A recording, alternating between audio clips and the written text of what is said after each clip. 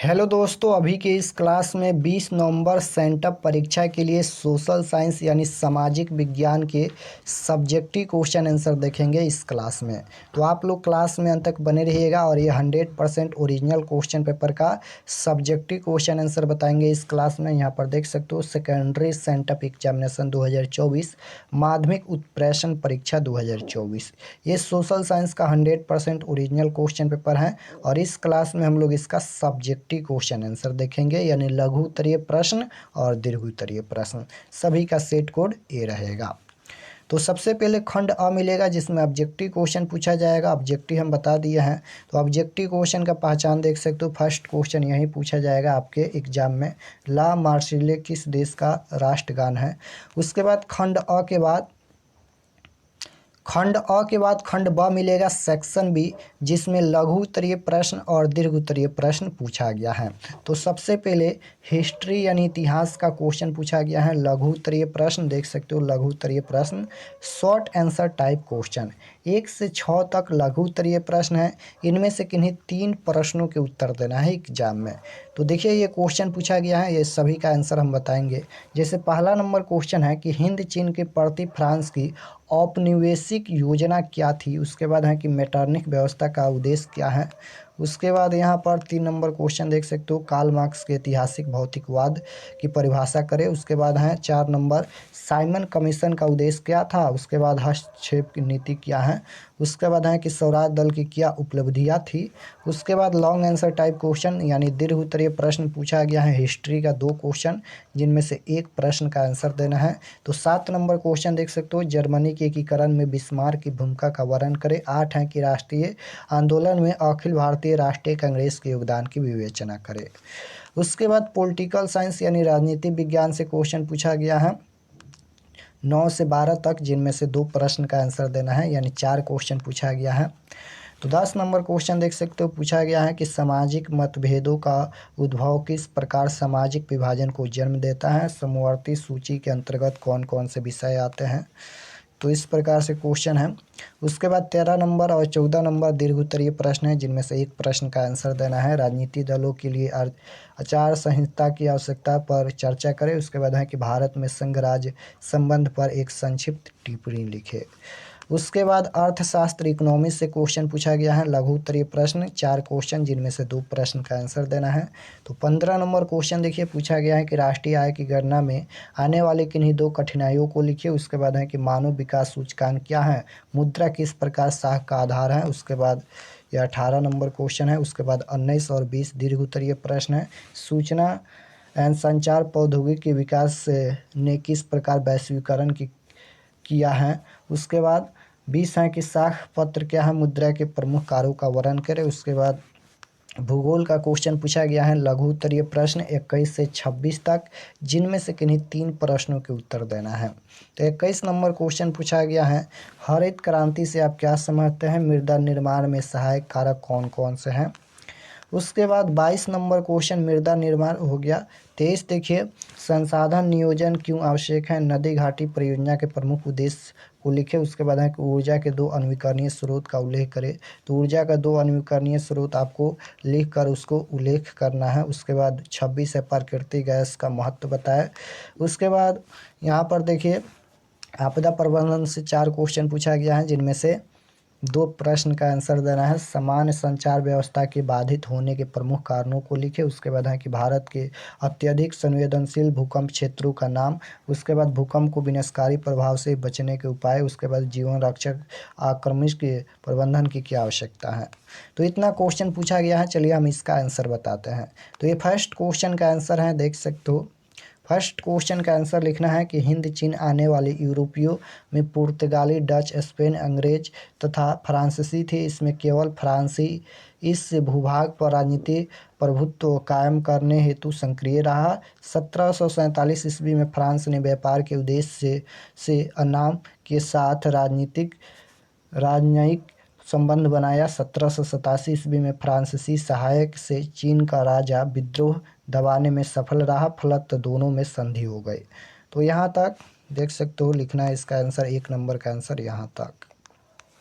उसके बाद 2 नंबर का आंसर है मैटरनिक युग क्या है, पूछा गया था। तो मैटरनिक व्यवस्था का मुख्य उद्देश्य था, पहला यहाँ पर इस तरह से पॉइंट देकर लिखना है, उसके बाद दूसरा, उसके बाद तीसरा। पहला में लिखना है यूरोपीय देशों के बीच विवादों को सुलझाना, उसके बाद दूसरा में कि यूरोप में होने वाली क्रांति को रोकना, यूरोप के शाही परिवारों के पारंपरिक शासन को बनाए रखना, उसके बाद शक्ति संतुलन बनाकर किसी भी देश को बाकी पर विजय पाने से रोकना। उसके बाद 4 नंबर क्वेश्चन, साइमन कमीशन का क्या उद्देश्य था, क्वेश्चन पूछा गया था। तो इसका भी एक यहाँ पर पॉइंट देकर लिखना है, 1 2 उसके बाद 3 इस तरह से। पहला में लिखना है भारत में सरकारी प्रशासन की जांच करना, दूसरा है कि 1919 के भारत सरकार के अधिनियम की जांच करना, उसके बाद है इस अधिनियम के कामकाज की समीक्षा करना और सुधारों को सुझाव देना, ब्रिटिश भारत के कानून और शासन ढांचे में संभावित बदलावों की जांच करना। उसके बाद 7 नंबर का आंसर है, ये दीर्घ उत्तरीय प्रश्न का आंसर है। हिस्ट्री में लघु उत्तरीय प्रश्न का 3 का ही आंसर देना है। तो 7 नंबर क्वेश्चन का आंसर है, ये दीर्घ उत्तरीय प्रश्न का पूछा गया था, जर्मनी के एकीकरण में बिस्मार्क की भूमिका का वर्णन करें।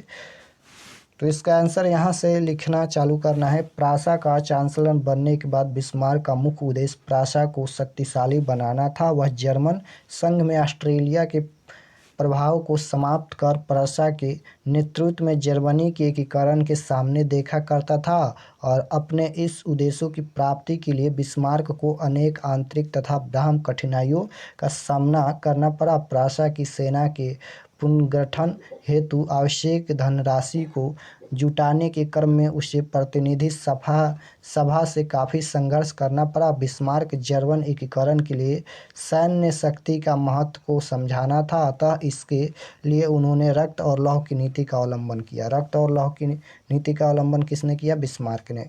उसने अपने देश में अनिवार्य सैन्य सेवा लागू की। तो इसका आंसर यहाँ तक लिखना है, नहीं अभी यहाँ पर भी है, देख सकते हो। इसका आंसर यहाँ तक लिखना है क्योंकि ये दीर्घ उत्तरीय प्रश्न है तो थोड़ा सा लंबा है, वो भी हिस्ट्री का क्वेश्चन है। तो हिस्ट्री में आप जानते हैं कितना क्वेश्चन रहता है। उसके बाद 11 नंबर क्वेश्चन का आंसर है, देख सकते हो, समवर्ती सूची, इसका आंसर यहाँ तक लिख देना है।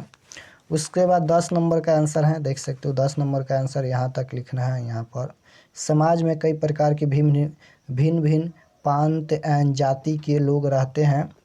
क्षेत्र, धर्म और संप्रदाय के आधार पर भी सामाजिक भेदभाव उत्पन्न होती हैं। इन सभी कारणों के ऊपर जन्म को सामाजिक भेदभाव की उत्पत्ति होती है। लोगों की शारीरिक रूप से भी भेदभाव होता है, जैसे कि काले गोरे, स्त्री पुरुष, लंबे लम्बे, यहाँ पर नोट आदि।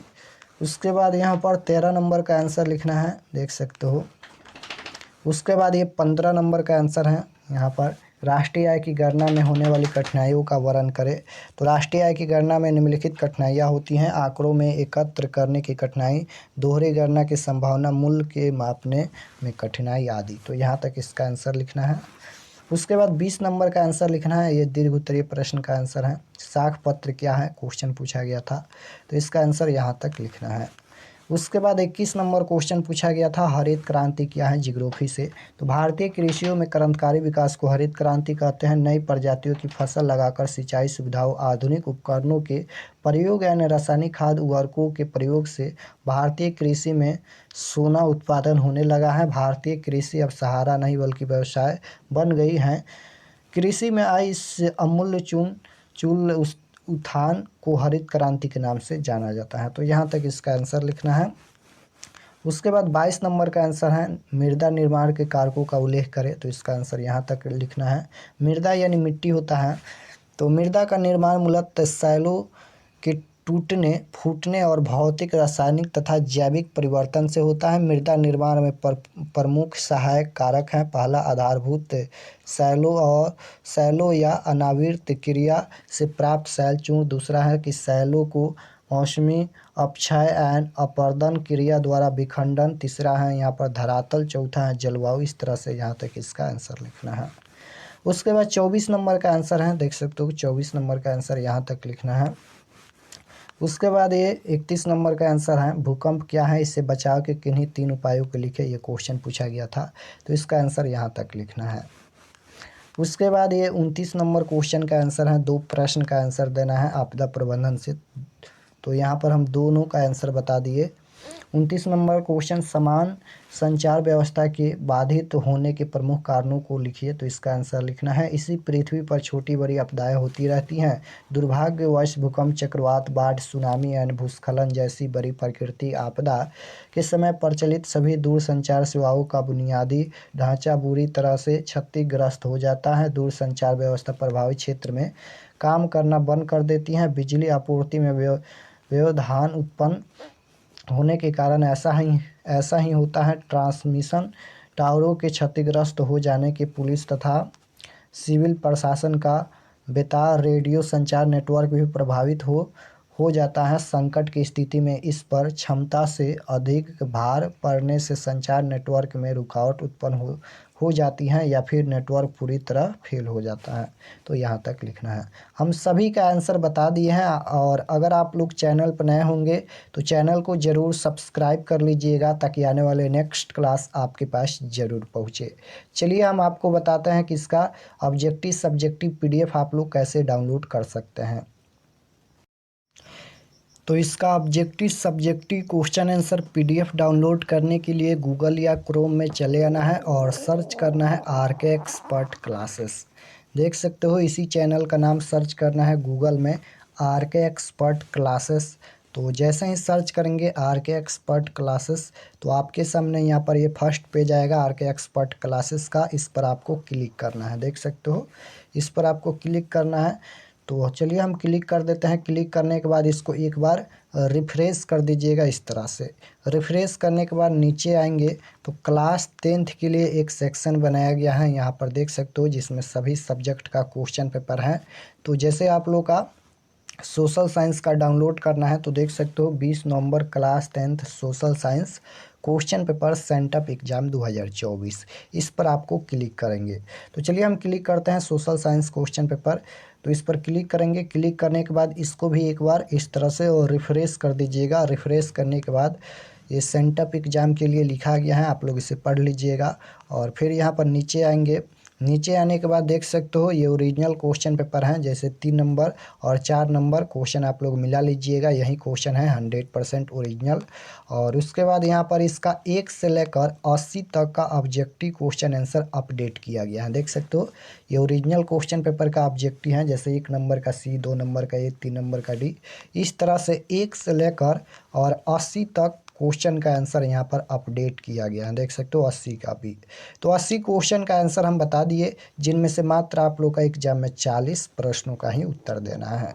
तो ऑब्जेक्टिव हो गया। उसके बाद सब्जेक्टिव डाउनलोड करने के लिए नीचे आएंगे तो देख सकते हो subjective question PDF download link, इस पर आपको क्लिक हेयर पर क्लिक करके सब्जेक्टिव क्वेश्चन डाउनलोड कर लीजिएगा। PDF में आप लोग का डाउनलोड हो जाएगा। तो इस तरह से आप लोग क्वेश्चन पेपर डाउनलोड कर सकते हैं।